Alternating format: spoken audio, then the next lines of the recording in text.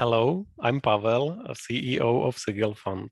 You may have noticed that Sigil Fund upgraded its structure to a fully regulated, experienced investor fund in Gibraltar. It's a big news for investors and a significant milestone for Sigil Fund, so we do a few videos about it. Today, I'm joined by Peter Howitt, managing partner of Ince Gibraltar.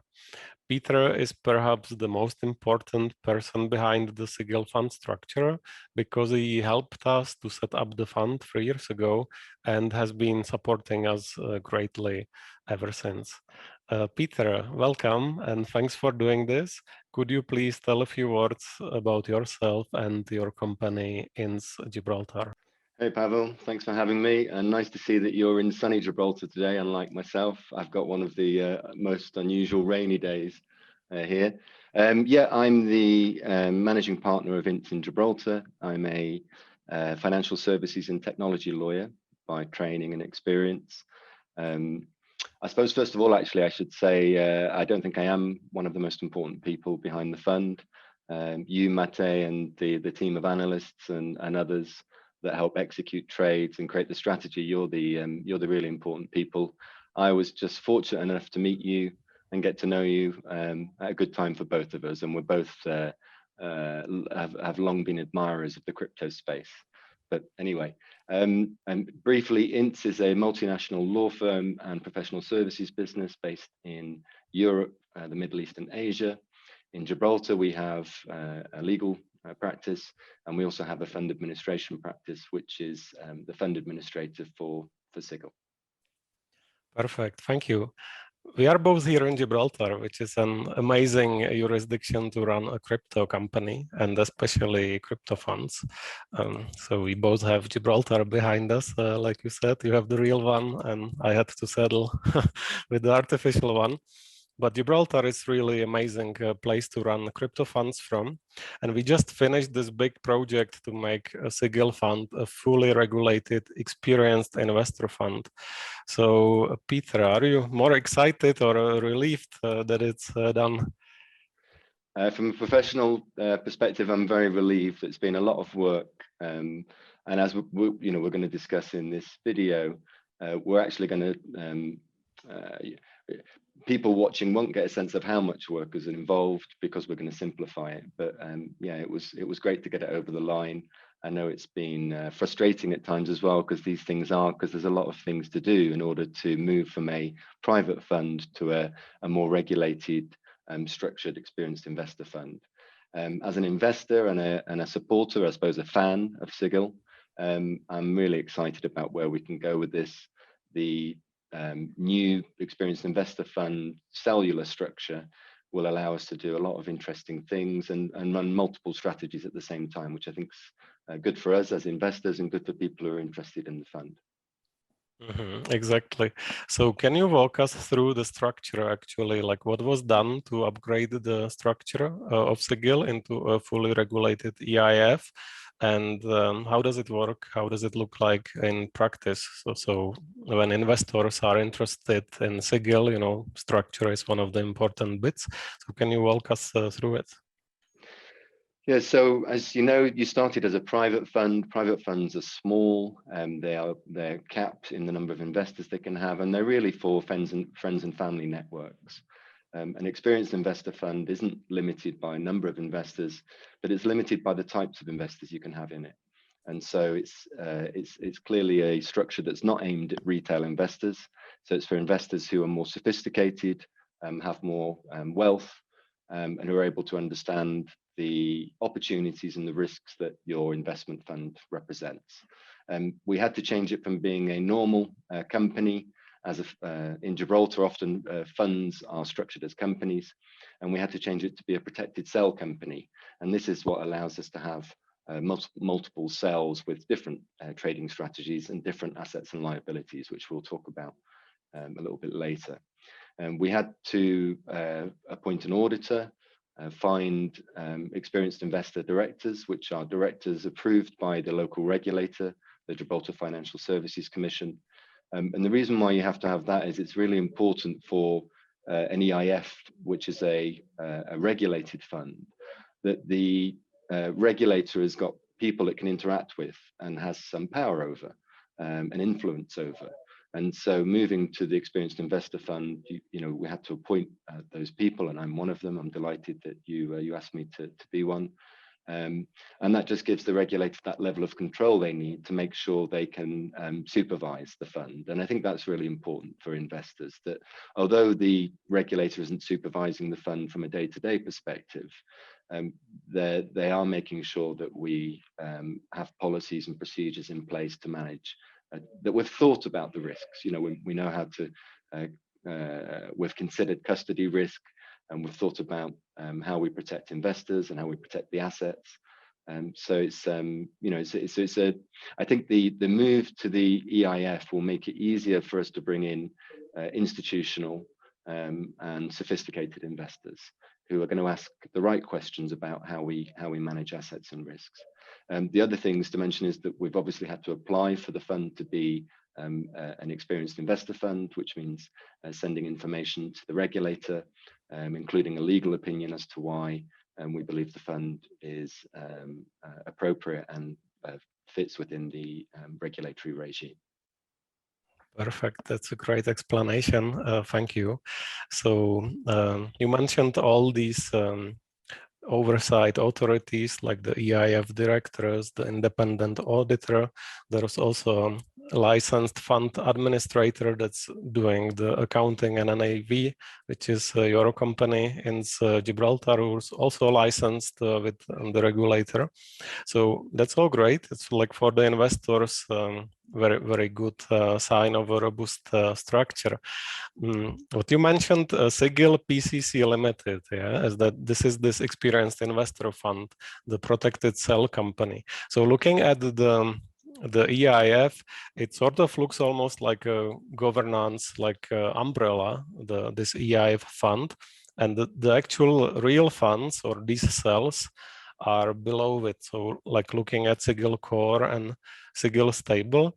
So how does it actually work? Like when investors want to invest into Sigil fund and they choose the strategy, so let's say they want to be risk on in Sigil Core, or they want to be more conservative, just pick up yields in DeFi without the need to worry about volatility in Sigil Stable.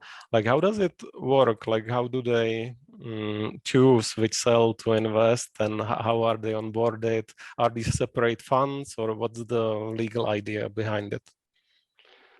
Well, the protected cell company structure is used for funds and insurance particularly. And the reason why they were created is largely in order to have an umbrella structure where you could have the benefit of cost savings by having just one authorized entity, but have a similar allocation of liabilities and assets as you do within a group structure where you have multiple companies.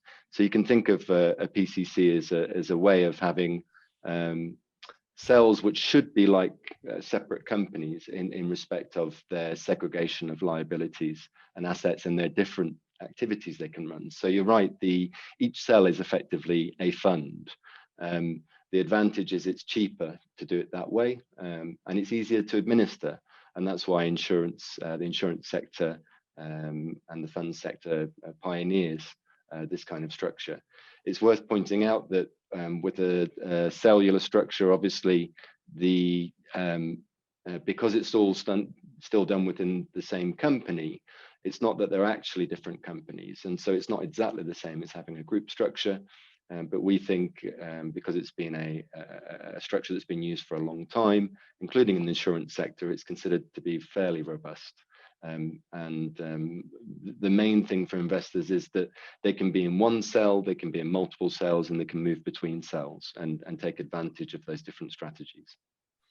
Understood. So basically, Sigil PCC Limited is the company, and then these funds or the cells, they are entities within the regulated fund, right? Not entities, but they're wrapped from a legal perspective as being separate. So it's one legal entity, but the sales are given a protected, and that's why it's called protected sale company. The sales are given a protected status so that you can isolate each one and treat them as if they are separate. Okay, so in practice, they behave like a separate funds with separate assets and liabilities. I also want to say that both funds, Sigil Core and Sigil Stable, have a daily liquidity and daily NAVs thanks to our CryptKit technology and backend. So we are technically capable of having daily NAVs, which is great because it allows investors to enter and leave the fund really anytime. So you can, for example, if you feel that you want to book some profits from Sigil Core, which is very risk on into crypto market, and still actually stay in the fund and pick up some yields from DeFi, you can just move your assets from Sigil Core to Sigil Stable and the other way around. It also is quite nice. I've actually recently seen the PwC report that 25% of the global crypto funds, they have gates, meaning that they don't always allow investors to withdraw. So you can only withdraw from other funds if other people are not withdrawing as much, so that the fund continues. With Sigil, you can really withdraw anytime because we invest a lot of our money into the fund, and we don't really mind how many investors are with us and which how big capital, like we will continue anyway. Okay, so I guess that's about the structure and these cells structured.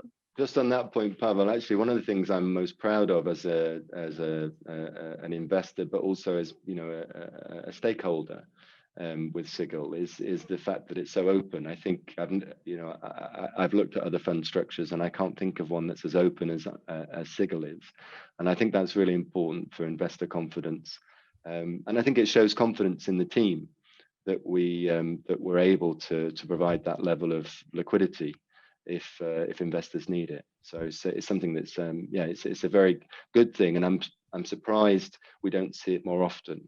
Often you have open funds, but when you look at the detail, the openness is subject to all sorts of conditions and qualifications. That's a great point. Actually, we recently had somebody withdrawing 1 million euros from the fund, and he sent a redemption request in the morning. We liquidated the assets from DeFi, moved them into the crypto exchange, sold them to euros, withdrew from the crypto exchange to the Sigil Fund bank, and even on the same day, we sent him the money. So he actually had 1 million euros the second day. So I think that's a testament to what you just said, and I'm equally proud of it. So Peter, just to wrap up, thanks for walking us through the structure and giving your insights into this. I just want to thank you once again for all you've done for Sigil. You helped to set up and structure the fund from the very beginning. You and your company, Ince Gibraltar, act as a fund admin, and you've pretty much seen it from the humble beginnings through the growth phase to maturity. So thanks for that. Any kind of last words? What's your personal take on the Sigil Fund story?